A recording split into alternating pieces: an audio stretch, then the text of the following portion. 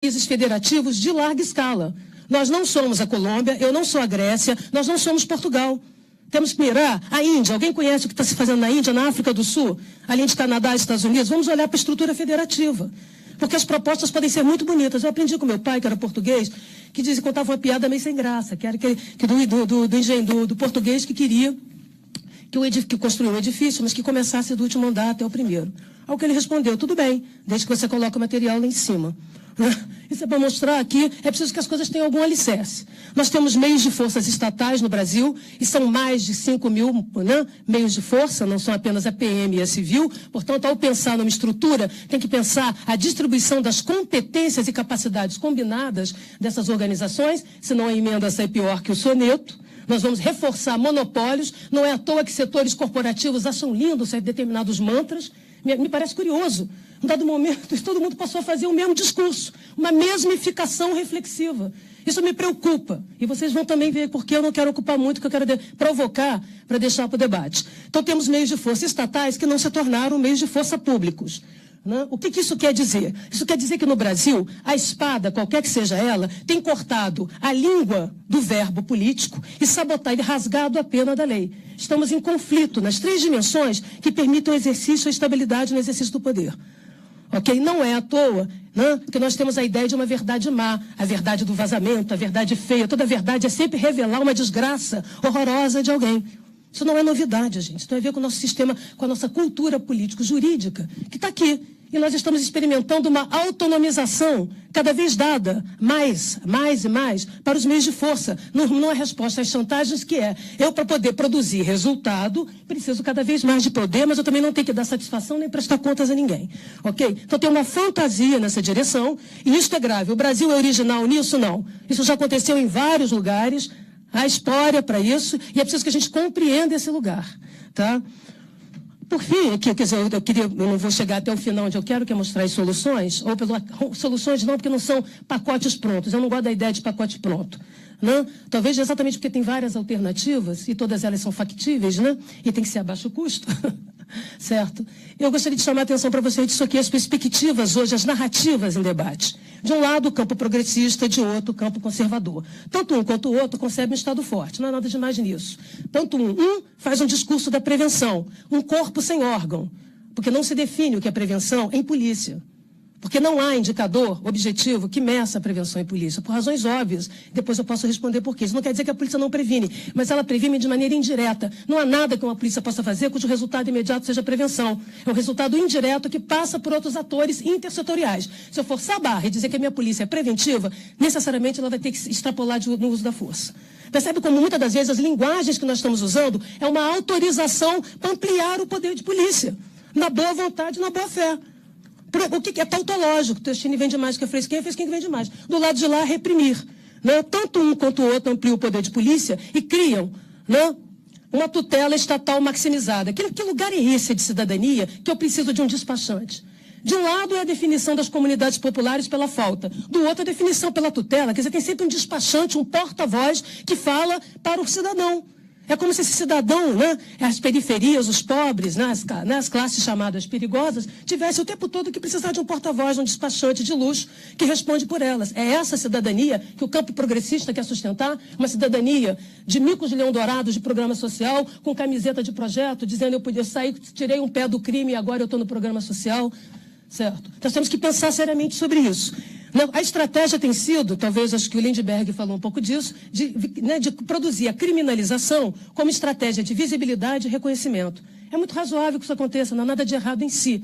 Mas tomar esse rumo exclusivo é reiterar um modelo reativo e defensivo de produção de segurança. O problema do modelo da defesa social, aliás, um nome caduco da década de 50, que já foi ultrapassado e que ainda está, que chegou atrasado no Congresso Nacional, é que ele estabelece cercas. Hoje é você que faz o cercadinho VIP e está dentro, mas você não sabe se amanhã você estará. Então é bom que a gente suprima os cercados VIPs e começamos a pensar a segurança, sim, com sobrenome público. Caso brasileiro, ok? Aqui é porque eu faço as minhas animações, e tal, mas o que eu queria mesmo que vocês vissem é que isso aqui no Brasil é assim. Desde que o mundo é mundo, Nunca antes na história desse país, mas na verdade é, ok? dizendo o seguinte, tudo isso aqui faz policiamento, tá? Correto? Cotidianamente. Deixa eu ver aqui, olha lá. Tá? Eu não vou ler cada um desses que todos nós aqui conhecemos. Então agora é isso. Ok? A rigor, a Constituição brasileira, aliás, as Forças Armadas, né, o povo em armas, tem um papel na segurança pública, sim. Né? Por isso é importante, numa sobreposição. Né? Não tem nada de errado da segurança pública. Em todos os países democráticos, as Forças Armadas têm uma contribuição na fronteira entre a política de defesa e a política de segurança pública, que é diferente de segurança nacional e segurança interna. Nosso problema aqui é que esse lusco-fusco, ele é intencional, exatamente para poder fazer esse improviso. Parece que as pessoas têm medo da espada, mandam ela fazer um serviço, né? Fazer bico na segurança. Né, que é o que estão se fazendo hoje com as Forças Armadas. Tudo isso aqui, gente, no cotidiano, faz policiamento nesse exato momento. Marinha, Aeronáutica, Exército, Polícia Federal, Rodoviária, todos estão fazendo algum tipo de policiamento.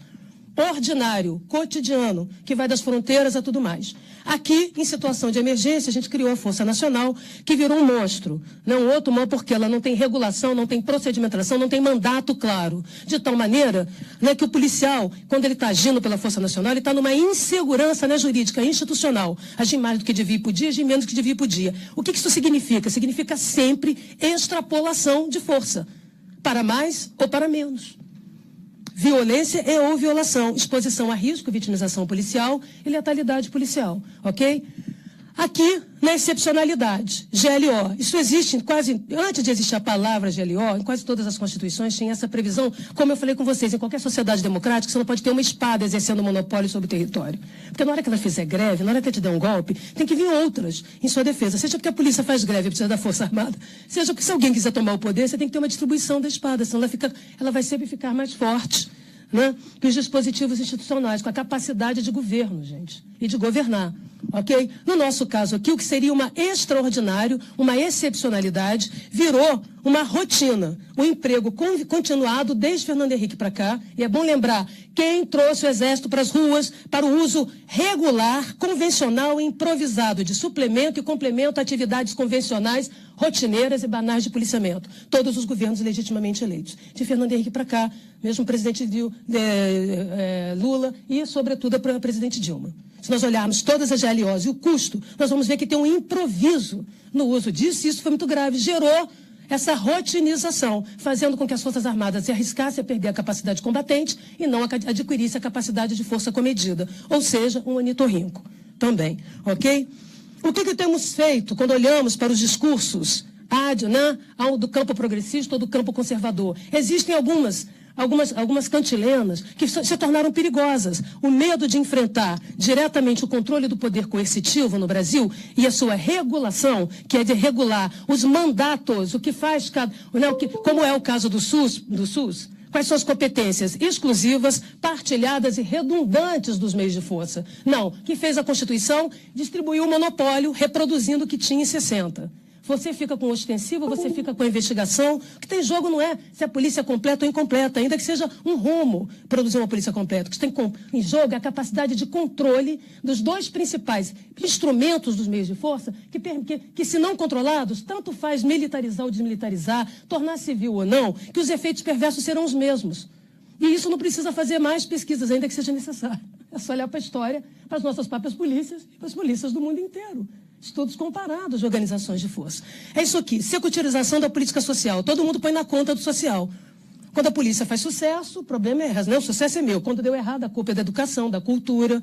Né? Essa leitura substantiva, equivocada de aparelhamento, fazendo com que os direitos sociais deixassem de ser universais e passassem agora a serem seletivos. Isso é diferente de programas setoriais de redução da violência em função de grupos expostos a risco social. Mas, no entanto, estamos secutirizando, nada mais neoliberal, travestido com as cores da esquerda. Correto? Que amplia o poder de polícia. Agora, para ter projeto cultural, tem que dizer que vai tirar a criança do crime, que vai reduzir violência, que não tem nenhuma relação causal direta, isso é multicausal, multidimensional, mas virou uma lenga-lenga exatamente por medo de enfrentar um discurso consistente de governo sobre segurança.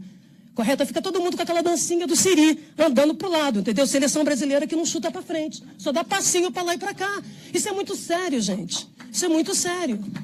Isso abre espaço para os profetas da segurança, os representantes comerciais e os senhores da guerra. Entendeu? Você tem 3 possibilidades hoje, que é isso. O achismo ilustrado, orientando a tomada de decisão, só que custa a vida. A vida não pode esperar. Não dá para conversar com aqueles que morreram no centro espírita. É preciso encerrar esse ciclo pensando essas questões de maneira muito séria. Né? A cidadania sob tutela, o discurso da carência, o discurso da falta, o Estado nunca chegou. Quem disse que o Estado não chegou? Não se tem crime organizado, seja ele em franquias ocupacionais ou estruturado feito empresa, a doutora que entende disso não sou eu, me beneficio da minha colega, sem a chancela interna do Estado. Não existe o Estado paralelo, isso é um ilusionismo, fica bem na mídia. Porque existem articulações que têm rendimento. Só o GatoNet alimenta campanhas eleitorais e é super legal usar o dinheiro do crime, porque não precisa declarar no tribunal eleitoral, não vai precisar ter ficha suja, porque o dinheiro é ilegal mesmo, por que você iria declarar, não é mesmo? Tá? E governando com o crime também não é nenhuma originalidade aqui. Já foi em Chicago, já foi em Nova York, já foi na Inglaterra.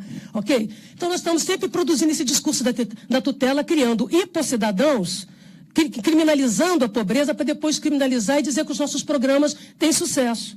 Correto? Na verdade, a gente está criando as cercas. Segundo, a criação de comunidades defensivas avessas à pluralidade. Seja gerando cercas e projetos de excepcionalidade, regimes de exceção, seja com PP, seja qualquer coisa, nas comunidades populares e condomínios fechados. Na favela, a barricada é coisa do crime. Cancela é coisa do crime. Na Zona Sul, a cancela é um recurso de proteção. Correto? Então nós temos que problematizar isso com esse discurso que se naturalizou. É para enfrentar narrativas? É para disputar cada palavra? Porque a palavra é o ato, o verbo é a ação? Então temos que mudar essa linguagem.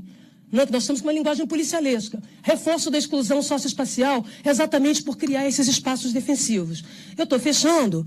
E queria chamar para vocês isso. O que nós assistimos no cotidiano? Essas desautorizações continuadas. A bateção de cabeça aqui, distribuição de carteiradas entre as polícias, que torna o policial inseguro na sua tomada de decisão, maximizando incerteza, risco e perigo real, não se dá pela quantidade de organizações de força, mas por esse mandato em aberto que impede a definição de protocolos, impede a definição da logística de polícia. Alguém aqui assinou alguma declaração no Rio de Janeiro para se usar fuzil? Pois é, deveríamos, porque quem define a logística somos nós. É a logística que delimita os modos, as táticas diante dos fins. Isso não é discutido, a gente empurra numa pseudo-argumento técnico, dizendo que isso é assunto de polícia. Não, não, não, isso é assunto de cidadania. É assim no Conselho da República, em qualquer país sério. Não se discute do submarino nuclear. O armamento de polícia é uma tomada de decisão soberana. Quem decide a capacidade coercitiva e a distribuição das coercitividades para garantir liberdades e igualdade no determinado país somos nós. Por isso mesmo, eu abdiquei aqui de fazer a apresentação de uma agenda para que vocês tenham subsídios de por que as alternativas propostas podem ser alternativas úteis ou não. Né? O juízo crítico é de vocês, como minha de cidadão. Criamos legalismos morais, convivências coniventes e formas emancipadas. Eu queria dizer que todo meio de força tem uma autonomização predatória. A polícia mais autônoma que o Brasil tem se chama Polícia Federal, com baixos mecanismos de controle interno e externo. Não, ao longo de sua história. E todas sofrem de informalidade, alegalidade na sua ação. Queremos mesmo brincar de fazer reforma? Eu só vou colocar aqui a minha última, não vou seguir. Desculpa a ênfase, mas é que eu sou muito animado e otimista. Existem 2 dimensões. Eu não posso mudar o tudo. Não existe mexer no tudo, existe mexer no todo. E o todo quer dizer, de um lado, repactuar os mandatos de policiamentos e não polícia militar. A gente fica brincando de mexer em PM civil. Eu tenho que controlar os dispositivos de policiamento de qualquer organização de força. Correto? Não adianta fazer esses remendos. E do outro lado, com os atributos do meio de força. No Brasil não se controla meio de força, não se tem doutrina. No apagar das luzes da Dilma, do primeiro governo Dilma, se fez uma portaria do uso da força, que também é cotó, porque ela não subordina as polícias no Brasil. Ela é uma sugestão simpática às polícias federais, e o Brasil não traduziu os protocolos da ONU de controle do uso da força e transparência da ação de polícia, responsabilização e accountability para a legislação doméstica, atividade que cabe ao parlamento, não é mesmo? Correto? E essas 2 coisas aqui precisam ser mexidas. Eu preciso mexer tudo? Não, não preciso mexer tudo. Eu posso controlar isso aqui para que tudo que a gente queira fazer, mudança na capacidade coercitiva, formação policial, eu sou 25 anos professora dessas academias por aí, na América Latina também, faça algum sentido. Senão nós vamos continuar na comodidade indiferente de dizer que a gente implementou, mas na prática foi diferente, porque tem uma cultura policial. Esse é um discurso de Capitão Nascimento, o sistema. É o Brasil que não dá certo, tem que mexer a Constituição. Né? Eu me lembro que quando eu fui chamada pelo presidente, eu falei com ele, eu vou fazer coisas que a minha mão alcança. Eu vou fazer 13 projetos por causa do número 13. Todos eles vão ficar de pé. Não vou fazer mais que isso, entendeu? Essa megalomania latina. Eu vou fazer aquilo que funciona, ok? Então, só para vocês fecharem, que eu já gastei meu tempo, o Paulo já está aqui desesperado, né? É dizer isso aqui: nós temos que controlar a autonomização da espada, porque para tomar decisão em tempo real, o médico não pode perguntar ao dono do hospital qual a alternativa melhor para costurar a sua barriga. Da mesma maneira que o policial, diante do risco da incerteza e perigo, ele tem que tomar a decisão no aqui e agora do seu medo. E isso quer dizer ter protocolos que o validem, que o emprestem segurança na tomada de decisão. Ok? E é isso que os mandatos em aberto sabotam, para que esse policial seja mercadoria de troca, que é o que ele é, e sua vida custando tão matável, tão barata, quanto a dos cidadãos. E a discricionariedade, que esse intervalo decisório. Qual é o problema? Nenhum dos dois modelos, nem o modelo militar, nem o modelo civil que o Brasil conhece, controla essas duas coisas, certo? Vai agradar, não vai criar organizações pesadas, incapazes de produzir dispositivos de gestão. Eu desconheço, apesar de ser professora de sistemas policiais comparados, modelos que ultrapassem a coisas como 70 mil. Né? Só a PM de São Paulo tem isso. E eu diria, então, que está aqui, só vou deixar no final isso aqui para vocês verem que quando a gente está pensando competência, a gente tem que pensar, olha o SUS, o que cabe ao município, à União e aos estados. Eu tenho que saber quais são as competências exclusivas que eu quero dar. Quais são as redundantes e as compartilhadas? Por que eu preciso disso? Para que eu tenha equilíbrio, check and balance na democracia. Eu não posso entregar a uma ou a apenas algumas organizações a espada. Senão teremos desestabilização do poder frequente e não viveremos só esse golpe que vivemos, já vivemos outros. Certo? Não é novidade, eu cansei de avisar que, de alguma maneira, os meios de força apoiariam. E é isso aí, nós temos que lidar com essas 5 dimensões, que eu chamo as 5 dimensões dos fantásticos dos policiamentos, para a gente articular. Enquanto isso não acontecer, só para fechar aqui num climão, eu diria que cabe a vocês, como a nós, mexer nisso aqui que ninguém mexeu. As pessoas brincam de fazer remendo com polícia, como se pudesse colar o revólver com esparadrapo, correto? E ninguém mexeu até hoje no Código Tributário, no poder de polícia. Ele segue o poder de polícia de 1966, onde o Estado pode tudo contra o cidadão. E lembre-se que quem tem poder de polícia no Brasil é todo mundo que tem função de fiscalização e regulação, e não apenas as mais de 6 mil organizações de força, considerando as guardas municipais, guardas florestais, seguranças que a gente tem. Pode tudo. Isso aqui é uma herança napoleônica, gente. O Estado pode tudo. Segurança, que não tem sobrenome público, higiene, ordem, que também não é pública. E ninguém mexeu. É isto aqui que autoriza toda ação de restrição de liberdade e igualdade ali na esquina. Brincar de mexer com polícias, meios de força, combatentes e comedidos, começa aqui também, para que a gente possa, então, fazer um pacto. Sim. Né? E aí cabe a PEC 51, cabe todas as experiências que já temos acumulado, desde que a gente consiga distinguir governo de polícia, não criar os governos policiais como está sendo criado no Rio de Janeiro e no Brasil, e lembrar que poder de polícia, né, ele tem que ser encolhido nas democracias e não ampliado com esse discurso de que tudo está dentro da segurança, que segurança é tudo. Vamos dessecutirizar e vamos especializar para melhor controlar, para melhor governar. E, para isso, basta mexer naqueles 2 instrumentos, nos dispositivos de força que conduzem à espada, né? E nos mecanismos de competências partilhadas, como é o caso do SUS e do sistema de educação. Desculpa a ênfase, desculpa passar alguns minutos, nem fechei a minha apresentação, fecham, mas eu acho que a ideia foi dada. Obrigada. Obrigado, Jaqueline. Está aqui presente entre nós também o líder da bancada do Partido dos Trabalhadores na Câmara Federal, Paulo Pimenta. Obrigado, Paulo.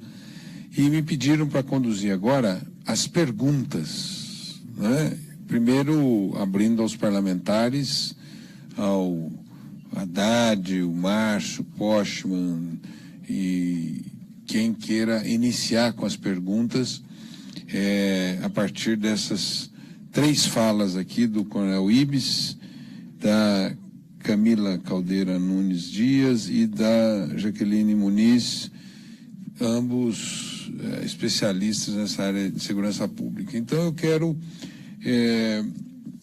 aí ver quem gostaria de fazer alguma pergunta. Eu primeiro começo pelos parlamentares, depois pelo público em geral. Então, começo com o Nelson Pellegrino. Nelson, você pode... Vamos abrir aqui o microfone, não? Que eu acho que está sendo transmitido, então é bom que as pessoas falem no microfone. Aqui, alô. Bom, boa noite já, né? Eu queria parabenizar a Camila, o Coronel Ibis e Jaqueline pelas intervenções. É evidente que uma pergunta não pode ter a dimensão da complexidade desse tema, né? Eu acho que todos deram pistas importantes, né? A primeira coisa, eu queria dialogar com Jacoline, né, uma questão que eu acho que é fundamental, que é o Sistema Único de Segurança Pública. Acho que a gente precisa encarar essa questão como uma questão fundamental. Acho que essa é uma contribuição que o nosso governo começou a dar. A ideia de você estabelecer papéis na segurança pública. Acho que no Brasil tem um bate-cabeça geral. E essa falta de estabelecimento de papéis é que acaba tendo essa confusão toda. Por exemplo, qual é o papel das Forças Armadas? Não é ficar na favela do Rio de Janeiro. O papel das Forças Armadas é impedir que as armas e as drogas entrem no país. Pelos 17 quilômetros de fronteira seca, pelo ar e pelo mar. Ela pode até, eventualmente, ela está cumprindo esse papel? Não está. Qual é o papel da Polícia Federal, que é uma polícia nacional? É uma polícia de suporte, é uma polícia de inteligência, isso também está dimensionado nesse processo. Qual é o papel das polícias estaduais? E aí discussão sobre essa questão da desmilitarização, do ciclo único. Eu estou convencido, na coisa que você falou, de que nós não podemos ter monopólio. Na época que fui presidente de Comissão de Direitos Humanos, eu era um fervoroso defensor da unificação. Hoje eu estou absolutamente convencido de que criar uma polícia única no Brasil, no plano estadual, é um perigo muito grande. Certo? E uma vez, Jacarinho, eu estava nos Estados Unidos conversando, e aí para entender, quando o cara me falou que tinha centenas de polícias nos Estados Unidos, eu queria saber como é que não tinha bate-cabeça. O cara me deu um exemplo muito simples. Quando você vai ter uma dor de cabeça, você vai no médico clínico. Ele vai fazer o primeiro atendimento. Mas se o problema não é só a dor de cabeça, se ele pode levar você para o neurologista, né, para os médicos especializados. Nos Estados Unidos tem isso. Você tem a polícia, né, básica, que são as polícias municipais, né, como o caso da NIAPD, e você tem as polícias especializadas. Eu acho que nós precisamos estabelecer esse processo de hierarquização. A outra coisa que eu acho que você também pegou uma passando na sua palestra, que eu acho que tem a ver não só com a sua intervenção, como a de Camila, que é o problema prisional do Brasil, o problema da inteligência policial. O SISBIN, que é o Sistema Brasileiro de Inteligência, é um sistema de fofoca, né? Não tem uma política estratégica de pensar um sistema de inteligência no Brasil que seja capaz, né, de municiar o nosso sistema de segurança pública, certo, para que haja uma polícia, né, de combate. Porque a inteligência é fundamental, tecnologia é fundamental. Por exemplo, eu acabo de aprovar na Câmara um projeto que obriga o sistema financeiro a inutilizar as células em caso de explosão de caixa eletrônico. Isso vai reduzir praticamente a zero essa modalidade criminosa. Pode migrar para outras? Pode, mas tem tecnologia também. A tecnologia pode ser utilizada no combate ao crime. Então, essa questão da inteligência é fundamental. Eu fui secretário de Justiça, Camila, e quando eu cheguei na secretaria, os agentes não entravam no pátio. E na minha época a gente entrava, e de 15 em 15 dias tinha revista. E eu até não quero querer aqui, mas quando eu assumi, eu reuni todos os diretores das unidades e fiz o seguinte fala, até meio dura, né? Mas às vezes é a linguagem que o pessoal entende. Isso aqui não é canil, mas também não é hotel. Eu vou dizer por quê. Não vamos tratar os internos como se fossem animais, porque não são. Porque se tratar como animais, vão sair como animais, são seres humanos, tem que ser tratados como tal, com a dignidade. Quem quiser trabalhar, vai trabalhar. Quem quiser estudar, vai estudar. Quem quiser, nós vamos dar tratamento. Agora também, quem manda aqui é o Estado. O Estado não pode abrir mão do comando. E eu me lembro que uma vez eu conversei com o diretor do DEPEN, ele falou, não, deixa o povo fumar a droguinha dele lá, que é até um fator de calmaria. Eu digo, não, o problema é que a droga não é só a droga é uma relação de poder dentro da cadeia. E se você deixa que o crime se estabeleça, se organize, se comande, você perde. O crime está comandando dentro das cadeias. Então, essa questão, enfrentar o problema da criminalidade organizada hoje, enfrentar o problema, porque o crime organizado ele existe, nós temos que ter estratégia, não podemos fechar os olhos. Ele existe, ele é letal, ele comanda, ele determina execuções dentro da cadeia, nós temos que fazer o enfrentamento, infelizmente, essa é a realidade. Agora, tem uma dimensão que eu acho que é também muito importante, que a gente fica parecendo um discurso romântico da esquerda, que é a dimensão do social. Eu acho que o Luiz Eduardo produziu algumas coisas interessantes, né, na década de 90, principalmente, quando ele falava daquela questão do jovem, quando botava o fuzil nas costas, o empoderamento, o respeito que ele tinha do adulto e por aí vai. Então, essa dimensão também não podemos perder. A perspectiva, a dimensão da nossa juventude, a dimensão da questão da inclusão social. Ou seja, se o Estado ele é ausente nas comunidades carentes, alguém vai preencher. E só para concluir, eu era presidente da Comissão de Direitos Humanos quando o primeiro preso foi submetido ao RDD no Brasil. Esse preso chama-se Marcola. Eu conversei 1 hora aqui na Papuda com a Marcola. E esse discurso que Camila falou, ele passou meia hora reproduzindo. Ó, aqui é o seguinte, no presídio a lei da selva, nós, Irmandade, temos que nos unir com o Estado opressor. É até verdade, o Estado realmente é opressor. Só que por parte desse discurso do Estado opressor e da Irmandade, tem a ver que alguns são comandantes da Irmandade, outros são soldados, e se reproduzem toda uma cadeia de comando, uma cadeia criminosa. Então, acho que são dimensões que nós precisamos avançar, né? São pistas, como você disse, não estamos partindo do zero, é uma construção coletiva, são várias contribuições, são experiências que nós procuramos colocar em prática, certo? Nós temos que fazer reforma do sistema. Concordo com você, eu acho que a gente foi ingênuo em relação a essa questão da autonomia para as polícias, e nós estamos sendo vítimas dela. Acho que o Estado e a sociedade têm que controlar. Porque se o Estado não controlar, aqui o Coronel sabe muito bem, que foi, e sabe que a polícia tem controle. Né? Então, e as culturas, né? Tem que ver da ditadura, né? A tortura foi herdada da ditadura e continua sendo o principal método de investigação e o método de obtenção de prova. Só que agora a tortura não é mais na porrada, ainda continua sendo, o pobre negro, é agora na prisão, né, provisória, na prisão preventiva, nas condenações a 20, 40 anos, onde o cara, né, na hora de confessar, diz até que matou a mãe e a mãe tem casa viva. Essa que é a grande verdade. Então, só elemento que eu queria dar para a contribuição desse debate aí. Obrigado, Nelson. Mais alguém? Eu queria fazer uma pergunta, assim, rápida. Eu queria pedir aos três que falassem da agenda, que é objeto da mesa também. Qual seria a agenda para a segurança pública, a partir do diagnóstico tão bem feito aqui em relação ao tema da segurança pública?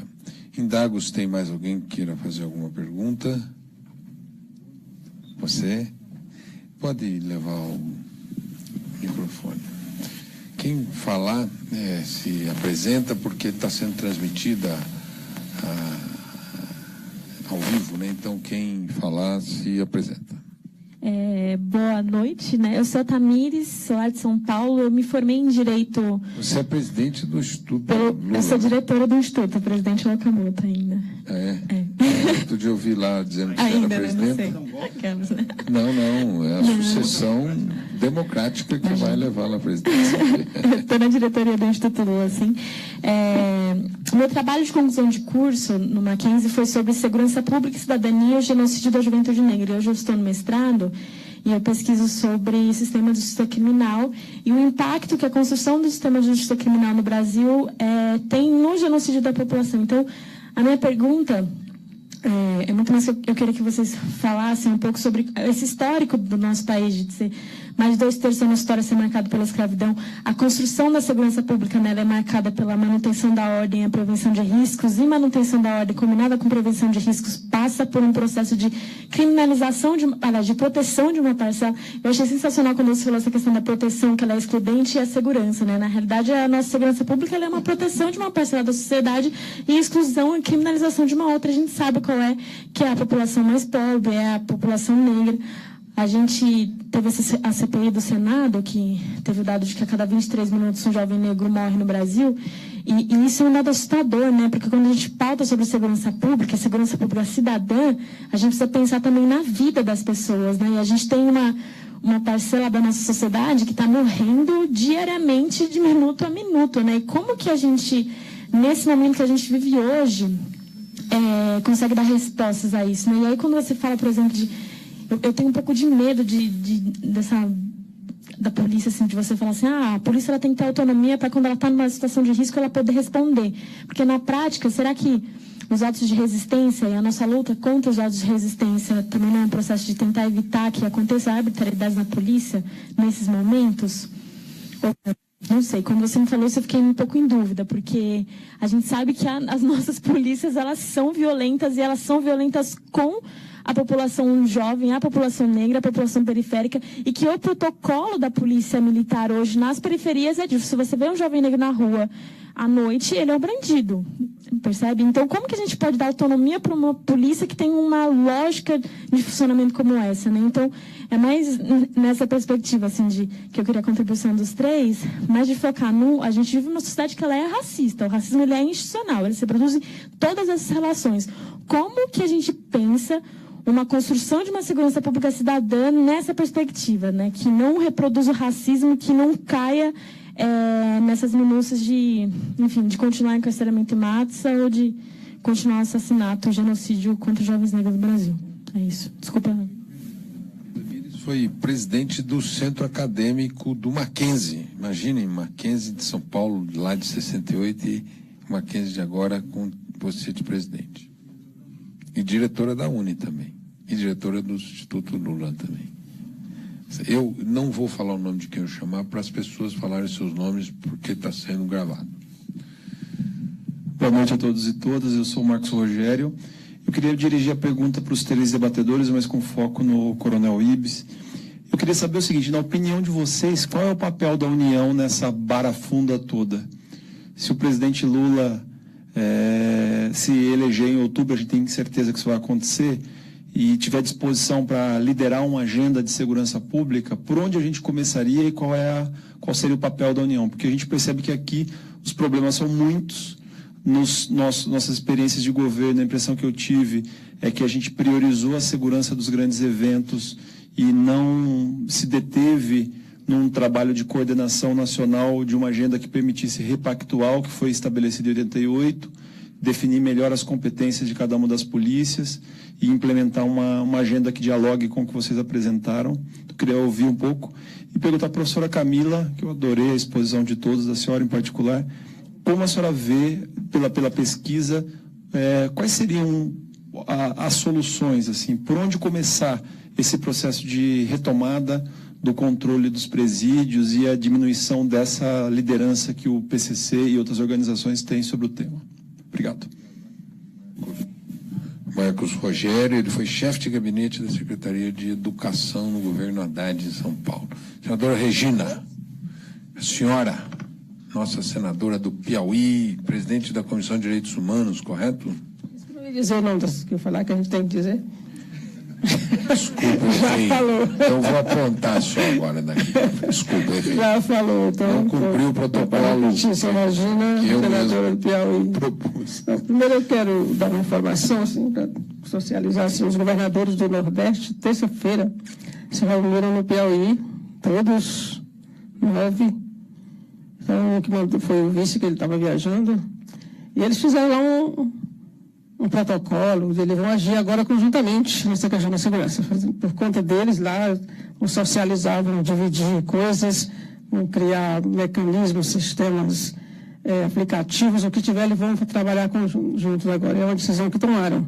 Mas mandaram também um ofício ao governo, insistindo numa tecla da questão do Fundo Nacional de Segurança, o sistema e o fundo, né? Sabia que vocês acham disso, existe isso, pode ser isso, mas é bom conhecer, até está na internet o documento dos governadores do Nordeste, os 9.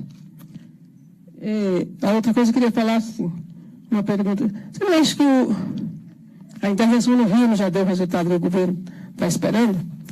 Porque durante o Carnaval, a Globo principalmente, mas muitas outras, mas a Globo principalmente, ela já transmitiu do Carnaval às escolas de samba. O resto foi São Paulo no Rio. Né? Tem coisa que eu acho até que era repetida do passado, que os arrastões pareciam muito as imagens do passado, que os arrastões que a gente já tinha visto. Foi o tempo todo, então estava preparando a história da intervenção. Agora ninguém fala mais, o Rio está uma calmaria. Eu fico mudando de canal para ver quem está falando do Rio. Mas eu estou falando, mas está uma calmaria que eu estou dizendo assim, ninguém fala mais. A propaganda, principalmente a Globo, não fala mais. A propaganda acabou, parece que foi fazer a intervenção e tudo melhorou lá. Então, acho que eles estão atingindo o objetivo deles por aí. Isso é muito sério, né, também, porque vai que o general disse que lá é um ensaio, né, então ele vai querer ir para outro estado, mais outro, isso é um perigo, né. Inclusive, me preocupou muito aquela declaração dele de que precisava ter salvaguarda, quer dizer, a utilização da matar, né? Que não podia parecer comissão da verdade e não teve uma reação, assim, pouca gente falou, eu falei num discurso meu aqui, mas acho que foi muito pouco, o que também é uma coisa séria, dizer que, aí, inclusive falei, se tiver desaparecimento de corpo, se tiver abuso de auto-resistência, tem que ter comissão da verdade, sim, né? Mas ele já pediu licença para matar. E a outra coisa é na questão do tráfico. Vocês acham que o Brasil quer ver a cara dos barões do tráfico? Mesmo, de verdade? Eu tenho a impressão que nunca não. Para mim, é aquela história do medo do espelho. Porque dizer que os barões do tráfico estão no morro, então não. E a gente está vendo aí, todo dia tem um aviãozinho circulando aí, tranquilo. De vez em quando tem um pane e a gente descobre. Agora ninguém diz de quem é o avião, ninguém diz para onde é a cocaína. Nem mostra a cocaína. Quando tem uma apreensão, pega um pequenininho lá, um empregado do tráfico, aí bota lá umas arminhas caseiras, bota lá umas notinhas de 2, de 5, de 10 reais em cima de uma mesa, para exibir que prendeu o traficante.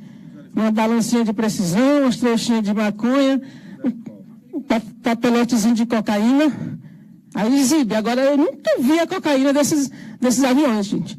Lá no Piauí, fez um pouso forçado que eles derrubaram. É tão sofisticado que eles derrubaram a droga, né, do avião de cima para poder pousar com mais segurança, mas ela tinha um chip, sei lá o que eles localizavam onde é que caiu cada pacote. Então, você sentir... E tá lá, o cara, funcionário do Ministério da Agricultura, se não me engano, fiscal. Nenhuma insinuação, viu, gente? Mas era funcionário do Ministério da Agricultura, né, o cara, o piloto. O outro não disseram nem o nome. E a droga também ninguém viu. A questão do helicóptero aí, eu quase apanhei aqui um dia com o senador, por conta que eu fui falar, não falei assim, só que eu não falei dele, nem disse nada. Falei que a Polícia Federal está devendo para a gente explicações, porque tá. Né? E aí, então, a semana passada teve uma palhaçada bem grande. Um avião, o outro interceptor, mandou pousar, o cara botou o avião no chão, abriu a porta e foi-se embora. A Polícia Federal não deu um tiro. Que é aquilo, é palhaçada, é ridículo até. Né? Então, essa questão do tráfico é séria. Eles não querem conhecer a verdadeira cara dos barões do tráfico. Eles não estão no morro, estão no asfalto. É isso. Obrigado, senadora Regina. E aquele dinheiro lá que foi do aeroporto lá era meu. Eu estou querendo pedir de volta aquele dinheiro. Mas eu quero também aqui dizer que está presente entre nós uma outra pessoa que participou do estudo, que apresentou o estudo, que é a professora Marcele Gomes Figueira, da Universidade Católica de Brasília. Muito obrigado, professora, a sua presença aqui. Então, você se apresenta.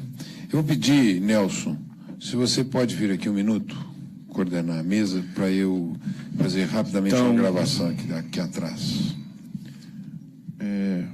Boa noite, sou Gabriel, eu moro na periferia de Lusiânia, que é uma cidade que fica aqui no entorno de Brasília. Lusiânia é uma cidade em Goiás, que é a periferia do Distrito Federal, mas essas cidades também têm seus centros. Então eu moro na periferia de Lusiânia, que é a periferia de Brasília, tipo periferia da periferia. E aí um pouco para ilustrar o que é Lusiânia. Lusiânia é a 5ª pior cidade no índice de vulnerabilidade juvenil. A região do entorno é a região onde se mais matam jovens no país, porque nós temos no entorno do Distrito Federal uma taxa de homicídio 78% maior que a taxa nacional. E, para completar, 90% dos jovens assassinados no entorno são negros.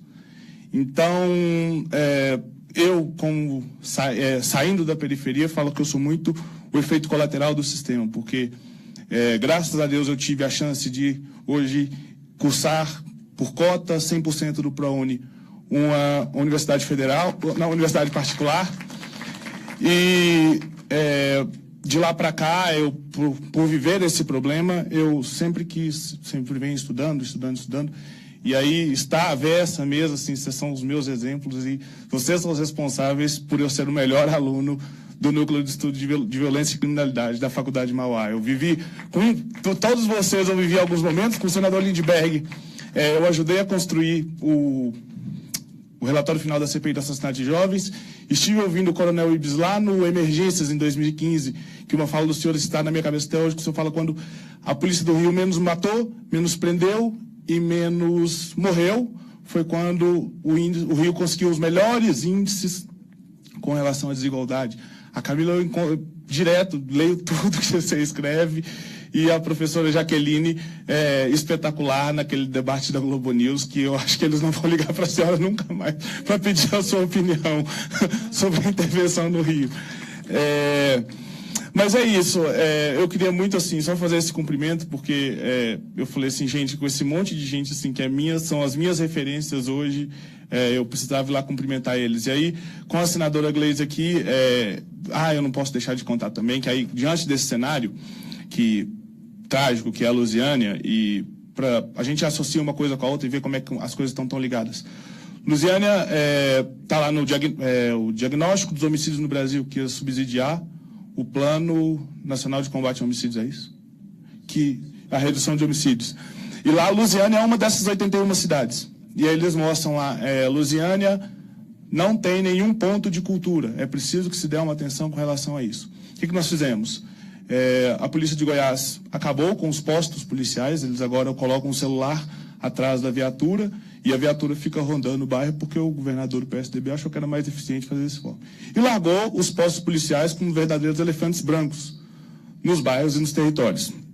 Nós ocupamos um posto da Polícia Militar e transformamos ele em uma ocupação cultural. E a partir daí foi muito interessante, uma experiência de muito sucesso, e eu inclusive fui convidado pela Organização das Nações Unidas para contar sobre isso lá em Nova York, na Assembleia de Juventude da ONU. Foi do dia 13 ao dia 17 de fevereiro. Eu voltei recentemente, assim, com uma carga muito interessante lá de todos os jovens do país. Mas eu queria, daí, depois de cumprimentar todos vocês mais uma vez, continue escrevendo, produzindo, falando, porque tem muita gente que está aproveitando isso. E eu queria, senadora, que a gente fizesse, e dentro das nossas instâncias partidárias, os diretórios municipais, lá em Lusiânia, eu sou vice-presidente do diretório municipal, faço parte do diretório estadual, trago aqui o abraço do deputado Rubens Ottoni, da nossa presidenta Kátia, mas que nós possamos levar, é muito interessante trazer esse debate aqui para dentro, para que eles possam ver que a gente é capaz de trazer gente, que a gente tem gente pensante do nosso lado também, se eles acham que só eles têm. Mas é interessante que a gente saia um pouco daqui e vá para as periferias. Porque lá, eu chego na ONU, a galera dá muito valor para o que eu faço no território. Eu chego dentro do núcleo de estudos de violência urbana na faculdade, todo mundo acha super interessante e dá muito valor. Mas eu chego dentro do território e tem lá moleque preto da periferia igual eu que fala que eu estou defendendo bandido, que está doido para ter uma arma quando o Bolsonaro foi eleito. Então, acho que a gente precisa chegar com esse debate dentro das periferias, que é principalmente com relação ao povo que está mais sofrendo esse problema. É muito bom que a gente faça ele de forma interna, mas a gente precisa chegar de alguma forma nessa galera, a partir das associações de moradores, grupos jovens da Igreja Católica, a Pastoral da Juventude acompanha muito esse nosso debate. Então, eu acho que são alguns caminhos que a gente precisa pensar para que esse nosso projeto chegue para esse povo e que esse povo sinta-se representado. É isso. Obrigado. Tem alguém ainda que queira fazer alguma intervenção? Pois não. Se identifique, por favor, porque está sendo gravado. Boa noite, meu nome é Ingrid, não sou ninguém importante não, estou aqui como cidadã, mas eu tenho uma pergunta, queria uma orientação de vocês, como a gente combate esse discurso sobre a legalização das armas para qualquer cidadão? Né? Assim, com esse golpe, se isso realmente a gente tem que se preocupar, que isso pode ser implementado, ou é um discurso mesmo da direita? Não sei, essa é a minha pergunta. Boa noite. Meu nome é Clodoaldo, eu sou formado em Geografia, fui professor durante alguns anos e atualmente eu sou agente penitenciário. O seguinte, eu queria uma visão de vocês da mesa quanto àquele servidor da segurança pública, como o coronel bem colocou, as nossas instituições elas estão doentes.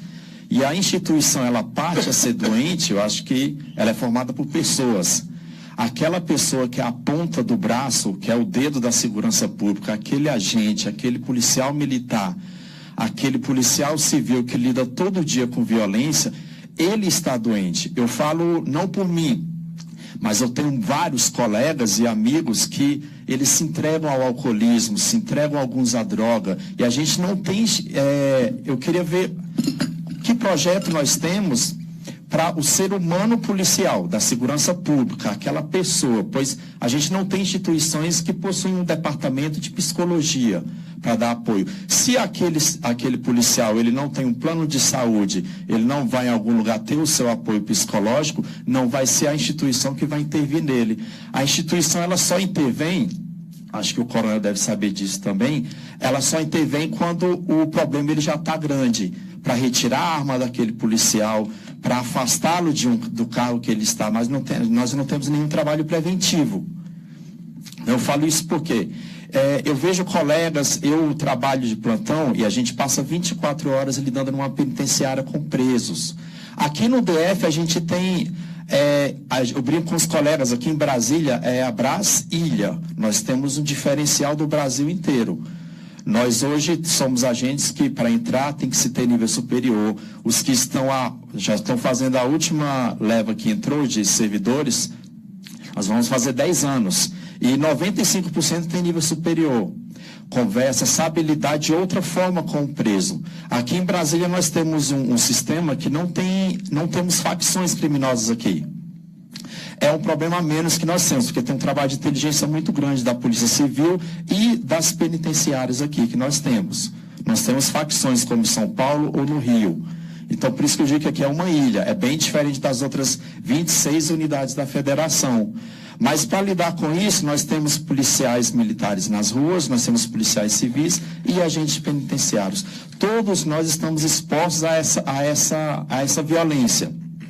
Daí eu digo, por mais que tenhamos projetos bons como instituição, aqueles servidores que estão doentes, aí vem a minha pergunta, como vamos lidar com eles? Porque essas pessoas que estão lidando ali na segurança pública, elas também precisam de ajuda. Precisam ser resgatar o papel humano delas. Porque muitas estão, como o coronel colocou, estão desumanizadas. E esses desumanizadas que elas estão ao mesmo tempo doentes. Então, se entregam à droga, a alcoolismo, e isso é preocupante. Porque são pessoas que estão representando, elas precisam estar sadias para poder lidar com a recuperação social de outras pessoas que estão socialmente excluídas, né? E as prisões hoje são verdadeiros depósitos de humanos. Então fica a minha pergunta e reflexão para todo mundo. Obrigado. Ainda a última aí? Boa noite, eu sou a Laura, sou da assessoria da liderança do PT na Câmara.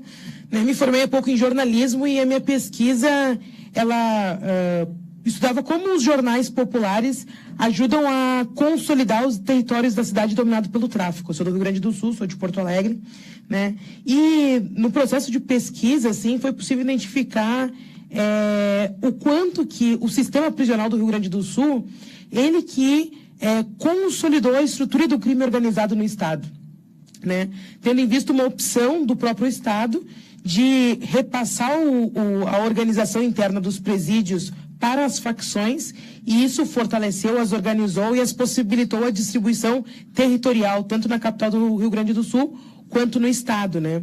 E essa opção, ela se dá, na verdade, por uma questão econômica, né? Do Estado não ter condições de gerir o sistema penitenciário, né? Enfim, não só como controle de violência, inclusive porque no Rio Grande do Sul, diferentemente de São Paulo, o resultado é inverso, né? A estruturação das organizações criminosas, elas aumentaram os índices de violência e não possibilitaram um acordo institucional, digamos assim, né, com o crime organizado, né? Então, como conseguir pensar, que esse é o nosso desafio, enfim, acho que a importância de espaços reflexivos como esse é pensar os desafios para a segurança pública a médio prazo e como pensar o papel do sistema penitenciário dentro disso, tendo em vista as condições dos estados de arcarem com essa estrutura. Eu acho que esse, do ponto de vista do sistema penitenciário, é a maior dificuldade, né? Porque, enfim, cada estado tem uma realidade, uma condição econômica e como posso dizer, e um estágio que chega do sufocamento da estrutura penitenciária, cada estado tem uma realidade frente a isso, assim, né? Então, para mim, me parece difícil, depois de pesquisar e visualizar um pouco disso, como pensar isso nacionalmente. Me parece extremamente complexo, tendo em vista que nós temos cada realidade uma construção e uma condição estrutural do sistema penitenciário tão distinta, apesar dos números serem alarmantes, digamos assim, em boa parte dos grandes centros, né?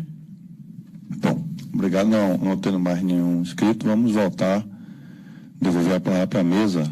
Pergunta se a gente deve manter a dinâmica anterior, começando pelo Coronel Ibis, depois Camila e por último Jaqueline, ok?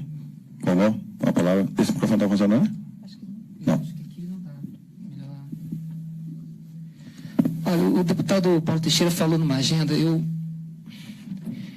Eu acho que a primeira medida que nós deveríamos fazer era tentar fazer cessar isso que, na minha opinião, é uma fonte de adoecimento, que é a letalidade policial.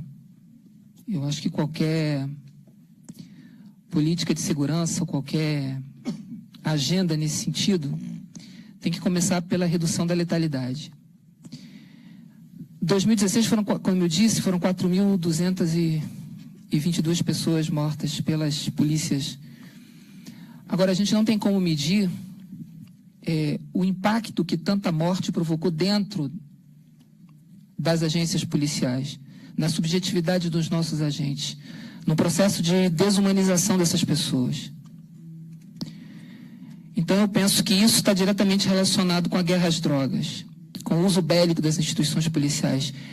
É preciso pensar e enfrentar essa questão para uma outra perspectiva que não seja essa, empurrando as polícias para dentro dos territórios de pobreza. O uso bélico das polícias tem a ver com a letalidade da polícia, tem a ver com o adoecimento dos policiais e tem a ver com o superencarceramento. Então, eu penso que de início é preciso fazer cessar essa insanidade. A Polícia Militar tem uma estrutura de saúde muito interessante. No estado nós tínhamos um quadro de psiquiatras que foi reduzido a 0, todos eles pediram baixa. Para você ter uma ideia do nível de adoecimento da tropa. Nós fizemos um estudo no Laboratório de Análise da Violência. Um policial no Rio de Janeiro tinha 6 vezes mais possibilidade de cometer suicídio do que qualquer outra categoria profissional. Porque, é preciso dizer isso, praticar a violência contra outra criatura humana produz danos em quem produz violência também. Esse embrutecimento, essa desumanização, necessário para você não enlouquecer, depois que participa de um confronto armado, depois que você mata alguém, depois que você usa de violência contra outra pessoa, ele diminui, reduz a tua humanidade. Então nós temos hoje no Brasil policiais adoecidos. E eu penso que é por aí que a gente tem que começar.